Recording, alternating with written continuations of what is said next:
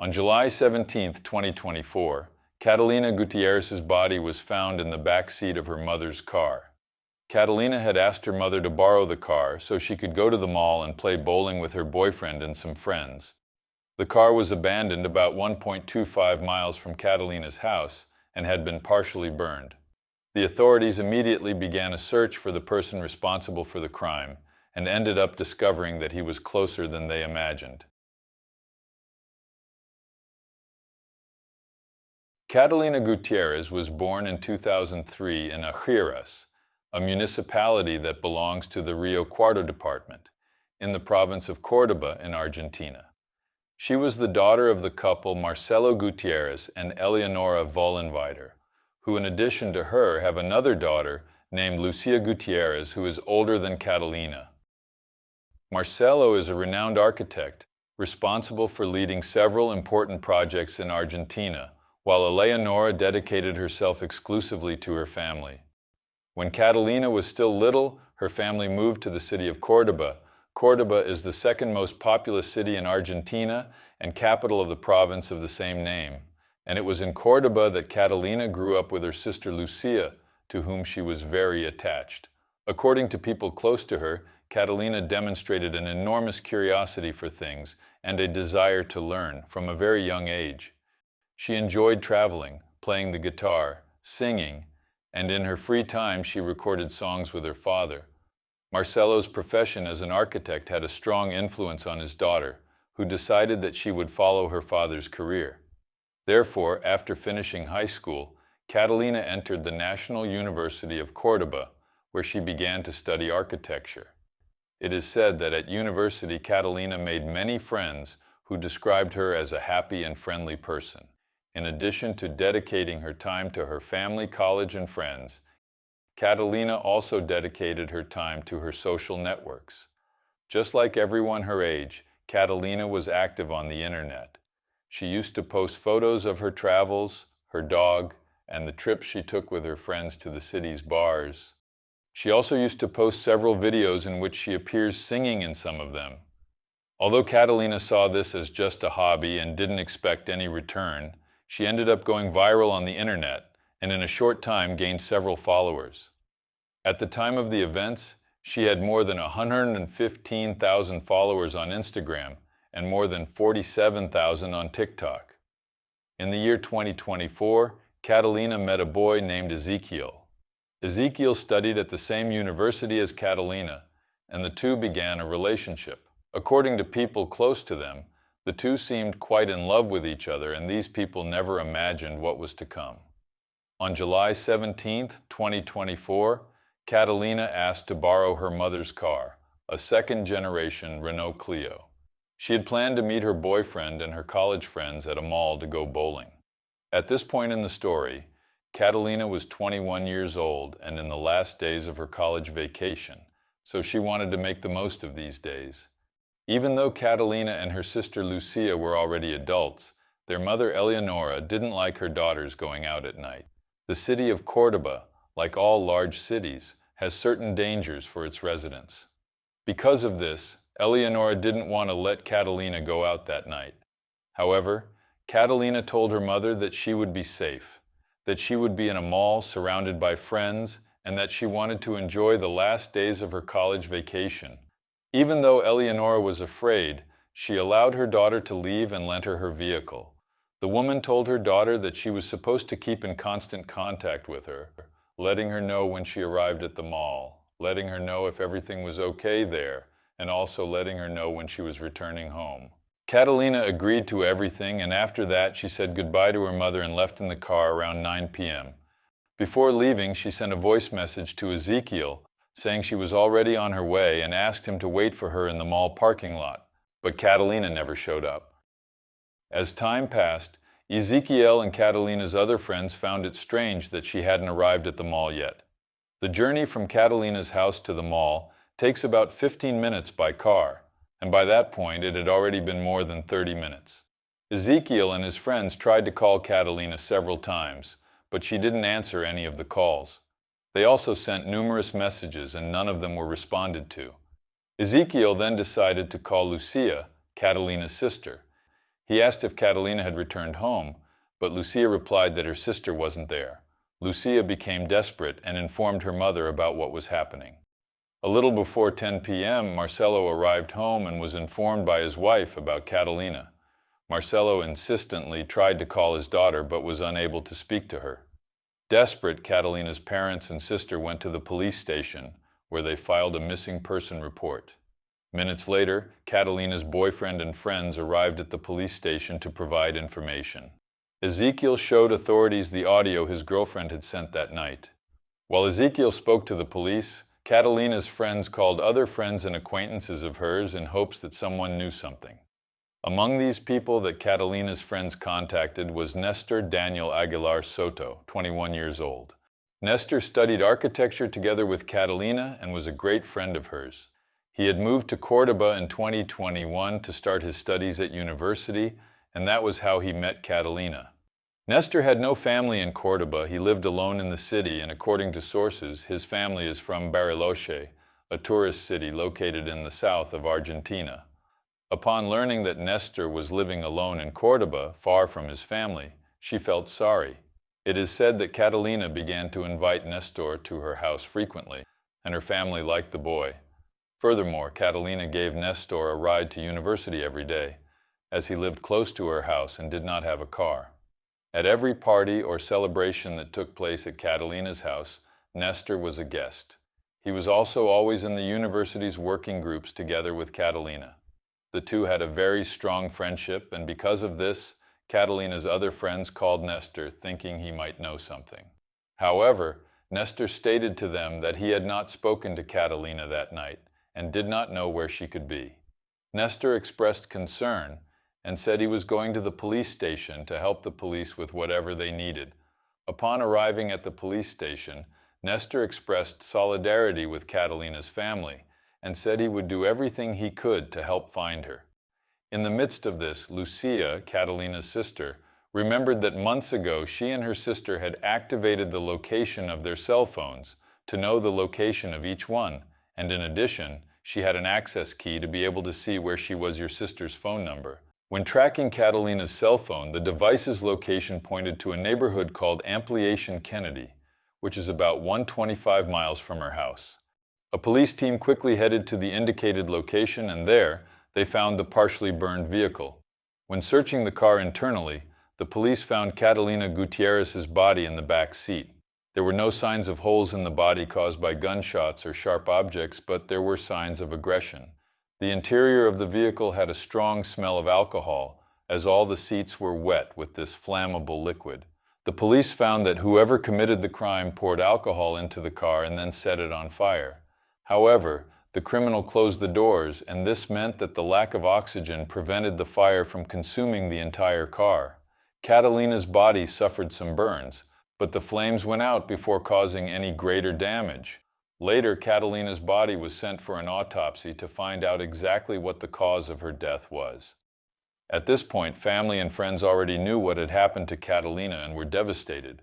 Nestor was extremely affected by what had happened to his friend and cried a lot alongside Catalina's parents. During the investigation, the police ruled out the possibility of robbery, as all of Catalina's belongings were still with her. As a result, the police began working with the hypothesis of revenge and decided to call everyone close to the victim to give a statement. Among these people, one in particular caught the attention of investigators. This person was Nestor. During his testimony, Nestor said that he had been at his house all night. However, after a few more questions from the investigators, Nestor began to contradict himself. The investigators then decided to ask for his cell phone so that an investigation could be carried out. Nestor handed over his cell phone and was later released by the police. During the examination of his cell phone, investigators discovered that the cell phone's GPS indicated that Nestor was in the same place where Catalina's body was found. After this discovery, the police went to Nestor's house and asked him to accompany them to the police station. At the police station, investigators asked Nestor again where he was on the night of the crime, and again he said he was at home. But as the police asked more questions, Nestor showed nervousness. He looked around, held his hands in anxiety, and even trembled. It was then that Nestor said that he remembered that night he had not been at his house the entire time.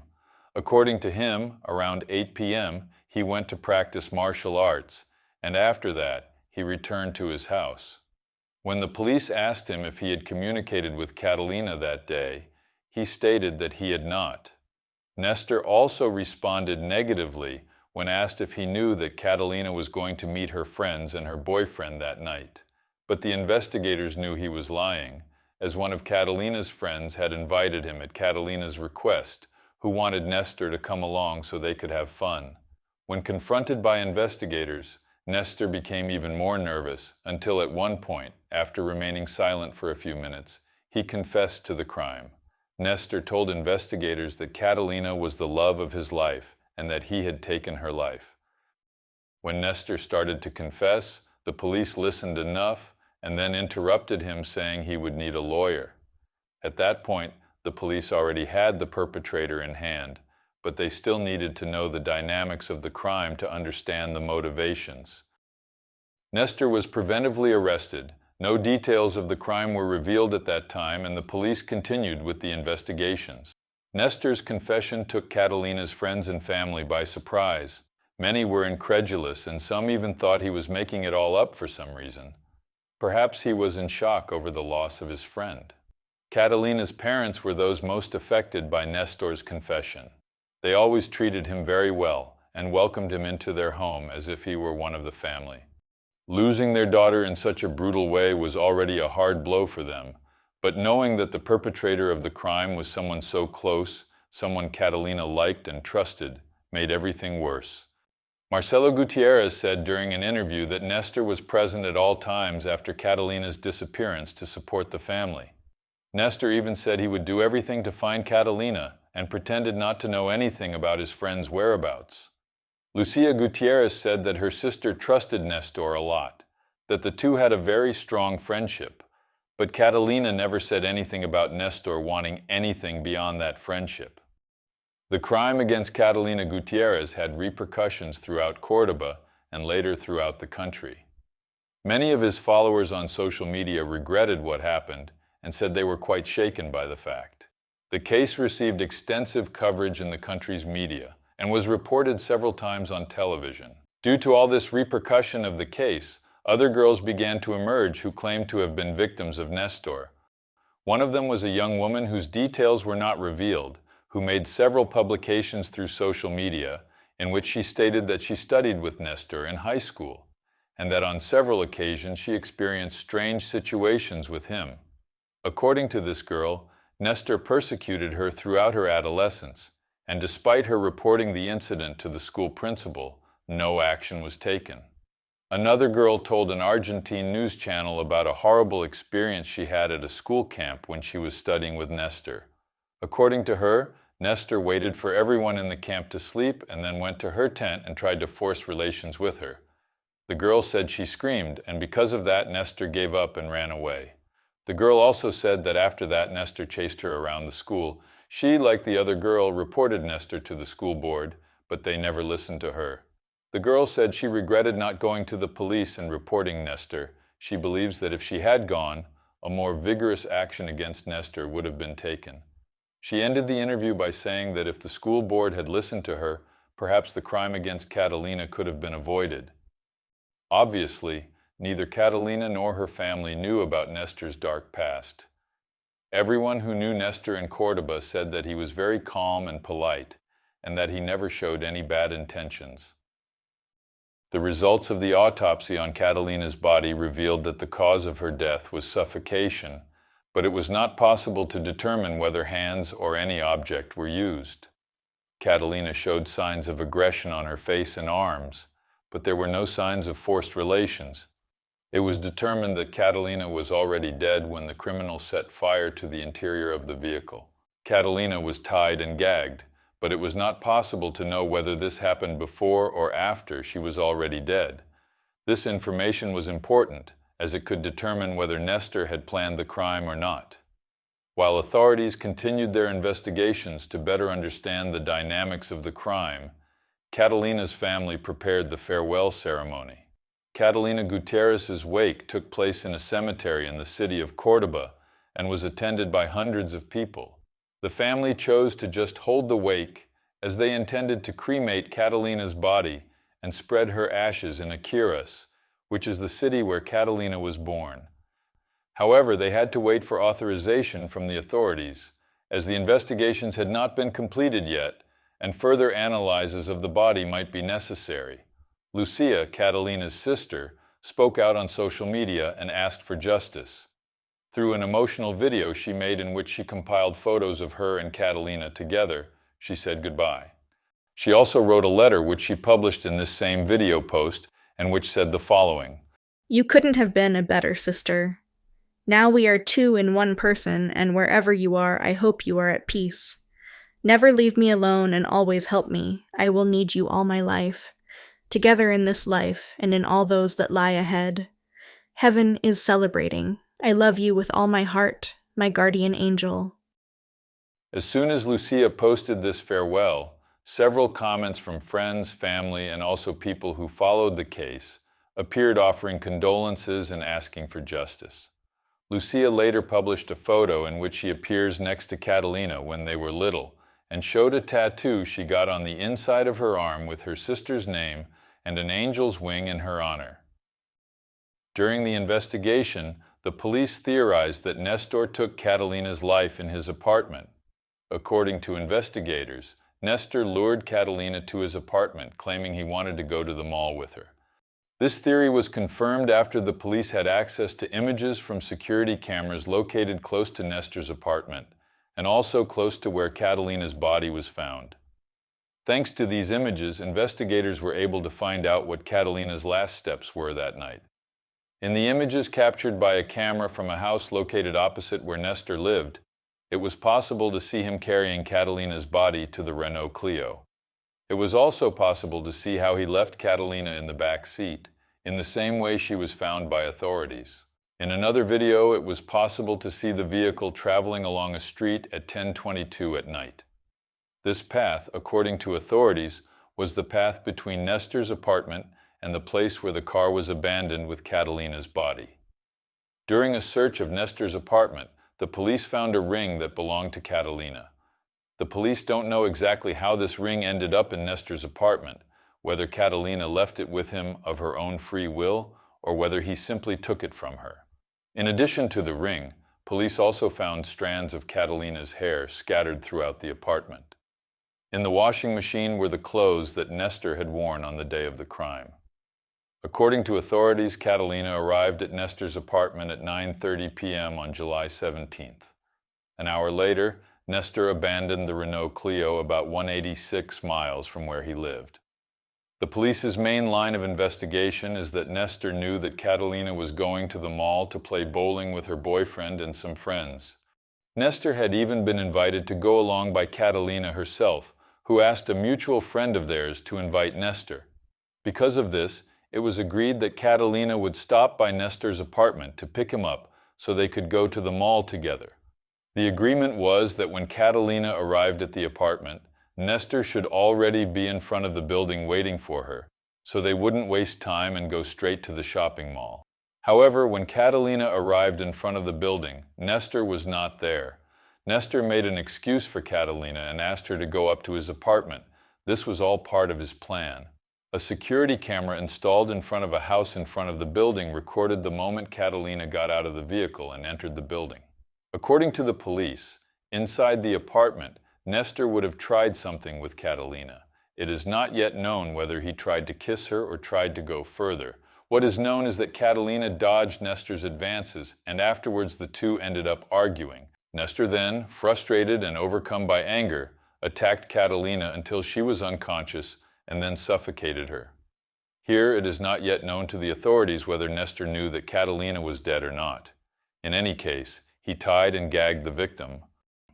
Nestor then placed Catalina's body in the back seat of the Renault Clio and drove the vehicle to the place where he set it on fire and abandoned it. Nestor set fire to the vehicle with the intention of getting rid of any evidence, as he expected the fire to consume any evidence he had left behind. However, after pouring alcohol inside the vehicle and lighting the fire, Nestor closed the doors with the windows up. This meant that the interior of the vehicle did not have enough oxygen for the flames to consume everything, and within minutes the flames went out. After that, Nestor returned to his apartment. With all this evidence collected during the investigations, Nestor was formally accused of the crime and was kept in prison. During an interview, Marcelo Gutierrez, Catalina's father, said he trusted Argentina's justice system and advised other parents to pay attention to their children's friends. Eleonora, on the other hand, said she didn't know how her life would continue without her daughter. Although the authorities have practically closed the investigations with Nestor being solely responsible for the crime, new information has emerged that suggests that more people were involved in the case. A witness who lives in a house close to where the Renault Clio was abandoned told the police that on the night of the crime he heard the voices of some people arguing in front of his house whether it was better to set the car on fire or not. This witness said he only heard the conversation and was unable to see who these people were. When analyzing images from other security cameras located on streets close to where the Renault Clio was abandoned, investigators saw Nestor turning a corner at 11:01 at night while driving the vehicle. 3 minutes after that, a car appears and parks next to the Renault Clio, in which Nestor was with Catalina's body. A man gets out of that other vehicle and goes towards the Renault Clio. What can be understood from the footage is that the unidentified man talks to Nestor and then returns to the vehicle.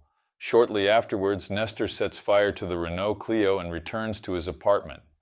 According to the police, Nestor said he returned to his apartment on foot, but this was not possible, as the distance from where the car was abandoned to his apartment was almost 1.86 miles, and it would have taken him around 25 minutes to return, but it only took him 4 minutes to get back to the apartment. Therefore, the police believe that Nestor had help from someone who was in a vehicle. It is not known whether this person simply helped Nestor return to the apartment or whether he also had a direct role in the crime. So far, Nestor claims that he acted alone and that there is no other person involved in the case. Authorities continue their investigations and hope to find this possible accomplice soon. Currently, Nestor Daniel Aguilar Soto is imprisoned in a medium security prison in Argentina. According to sources, his trial will take place between the end of 2024 or beginning of 2025. If Nestor is convicted, he is likely to receive the maximum sentence allowed in Argentina, which is life in prison.